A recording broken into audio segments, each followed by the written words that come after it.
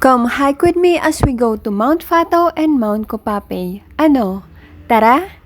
So yan, dito pa lang napili naming pick a point sa Greenfield. Ayan, malapit lang kasi dyan yung pinsan ko. And also, ang pick a point time is 9. Dapat before 9 nandun na kayo. So ang pangit naman kung paghihintayin pa natin yung ibang tao, 'di ba? So yan, dapat before 9 nandyan na kayo. And ito nga pala yung van na sasakyan nyo. Ang laki niyan. Nakakatayo ka and sobrang comfortable niyan. Ayan, para siyang artista van. And dito rin kami nag-book sa Tropamilya. Yan, search nyo na lang sila sa Facebook. 4,199 inclusion expectation sasabihin sa inyo, and July 18 to 19 pala kami nag-book. So yun, samahan nyo kami sa aming mahabang biyahe.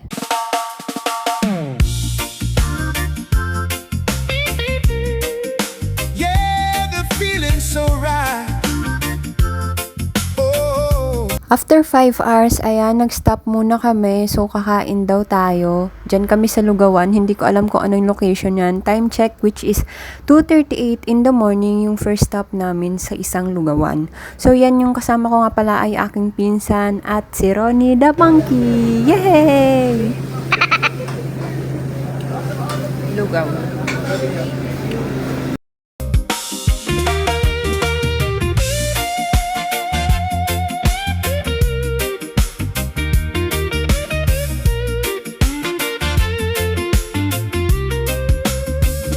The tide is turning. The day is brand new. So yun, nagising pala kami 5 a.m. in the morning. Nasa half tunnel na kami. Ayan, grabe, sobrang ganda ng view. At magpa-picture na rin kayo dyan. Sayang naman yung view.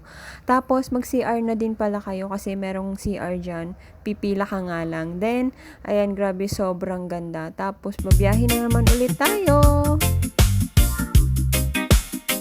Got a fire burning just for me and you.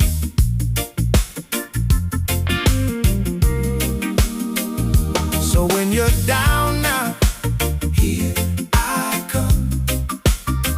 Want you to know now where I'm from.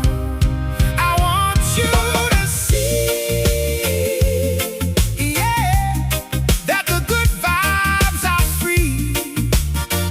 Just be here with me now. Just be here with me now, under this big tree.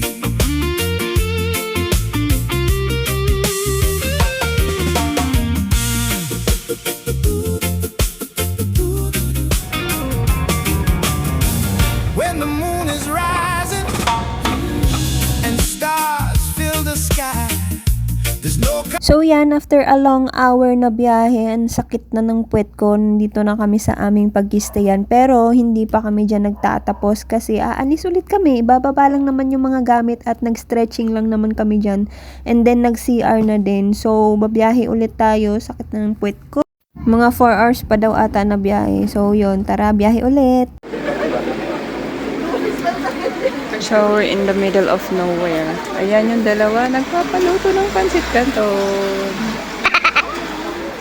Ito kami ngayon, nakapila.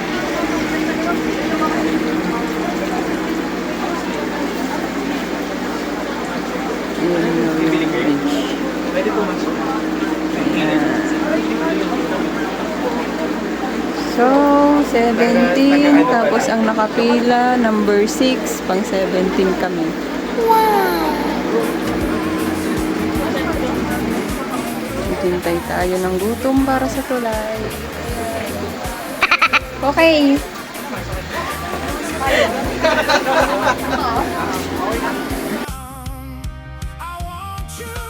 So yan, nakakasad, 2:33, biglang umulan. Bumuhos yung malakas na ulan talaga. Ayan si Ronnie the Monkey. Di ko alam kung natatay o naiiyak siya dyan eh. Kasi nga grabe, sobrang sad. Hindi kami nakarating man lang o nasilip yung tulay na yon. And pag-uwi pala namin, ayan na yung mga landslide. Okay na rin naman na umuwi na din kami kasi nga mahirap na baka mamaya matrap pa kami sa mga landslide dyan and grabe sobrang baha. Nakakasad lang na hindi kami nakapunta sa tulay kasi yun talaga yung pinunta namin dyan eh. Yung tulay na yun. Kaso nga lang, hindi siya natuloy. So, ang ingay nang nagbabarena dito. Pasensya na kayo, voice over lang kasi to. So, yan, mabalik tayo. Wala namang may kagustuhan na umulan. Kaya, okay na din naman yon. Mabuti nang safe tayo. So, pumunta kami dyan sa Bruce Inasal sa Sagada. Yan yung side trip namin. And grabe, sobrang ganda ng view dito. That the good vibes are free. Just be here with me now. Just be here with me now.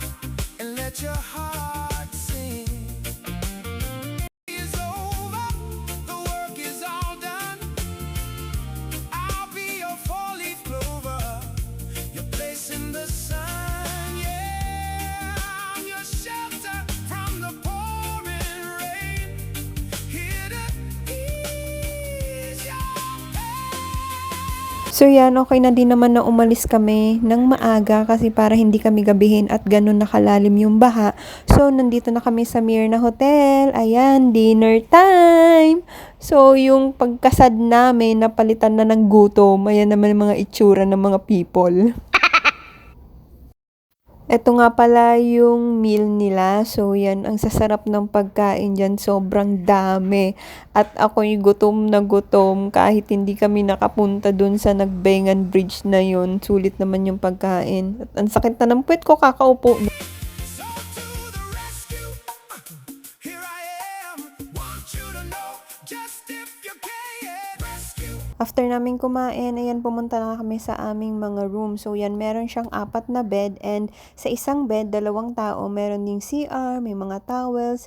And after naming mag-shower, lumabas din pala kami dyan para mamili ng pagkain namin para sa hiking. So, yun, tara samahan nyo kami.